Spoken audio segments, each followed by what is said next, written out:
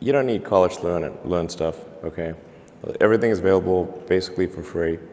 You can learn anything you want for free. It is not a question of learning. There is a value that colleges have, which is like, seeing whether can somebody work hard at something, including a bunch of sort of annoying homework assignments, and still do their homework assignments, and kind of soldier through and get it done. That's like the main value of college. And then also, if you probably want to hang around with a bunch of people your own age for a while instead of going right into the workforce. So I think colleges are basically for fun and to prove you can do your chores, but they're not for learning. But there is a requirement of evidence of exceptional ability. Like you just can't, if you're trying to do something exceptional, they must have evidence of exceptional ability. I don't consider going to college evidence of exceptional ability. In fact, ideally you dropped out and did something. I mean, obviously, we look at Gates is a pretty smart guy, he dropped out. Jobs, pretty smart, he dropped out. Larry Ellison, smart guy, he dropped out. I'm like, obviously not needed. Generally, you want education to be as close to a video game as possible, like a good video game. You do not need to tell your kid to play video games. They will play video games on autopilot all day. So if you can make it interactive and engaging, then you can make education far more compelling and far easier to do. So you really want to disconnect the whole grade level thing from the subjects. Allow people to progress at the fastest pace that they can or are interested in each subject. It seems like a really obvious thing. I think most teaching today is a lot like vaudeville, where and as a result, it's just not that compelling. It's like somebody standing up there and lecturing to you, and they've done the same lecture several years in a row. They're not necessarily all that engaged or in doing it. Do you agree with Peter Thiel about the unnecessariness of university, higher education? A university education is often unnecessary. That's not to say it's unnecessary for all people, but I think you probably learn about as much, or the vast majority of what you're going to learn there in the first 2 years, and most of it is from your classmates.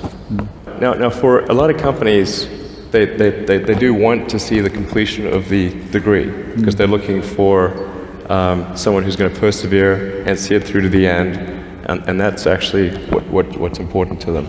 So it really depends on what somebody's goal is. If the goal is to start a company, I would say no point in finishing college.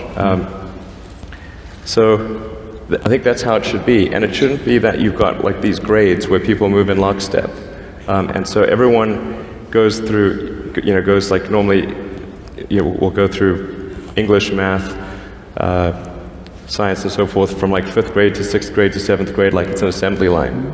But people are not objects on an assembly line. That's a ridiculous notion. Sure. So how would you educate your 5 boys? Actually, I created a little school. Yeah. What kind of school? Could you describe to us? Sure. It's small. It's only got 14 kids now, and it'll have 20 kids in September.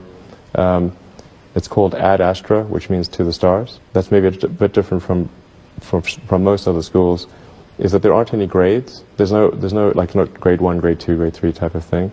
Making all the children go in the same grade at the same time, like an assembly line. I know. Because some people love English or languages, some people love math, some people love music, and they have different abilities at different times. It makes more sense to cater the education to match their aptitudes and abilities. So I think that's one principle. Another is that it's important to teach problem solving, or teach to the problem, not to the tools. So this would be like, let's say you're trying to teach people about how engines work, or you could start by a more traditional approach would be to say, well, we're going to teach you all about screwdrivers and wrenches, and you're going to have a course on screwdrivers, a course on wrenches, and all these things. And this is a very difficult way to do it. A much better way would be like, here's the engine. Now let's take it apart. How are we going to take it apart? Oh, you need a screwdriver. That's what the screwdriver is for. You need a wrench. That's what the wrench is for.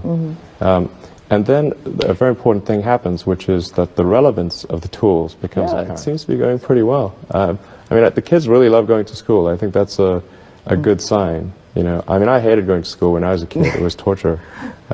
So the fact that they actually think vacations are too long. Like they want to go back to school. Wow. Yeah, exactly. That's weird. I know. You know, if you think of like what is education, like you're basically downloading data and algorithms into your brain, and it's actually amazingly bad in conventional education because like it shouldn't be like this huge chore. Like the more you can gamify the process of learning, the better. Like, and I think unfortunately, like a lot of education is very vaudevillian. You've got you know, someone standing up there kind of lecturing at people, and they've done the same lecture 20 years in a row, and they're not very excited about it. And that lack of enthusiasm, you know, is conveyed to the students. That they're not very excited about it. They don't know why they're there. Like, why are we learning this stuff? We don't even know why.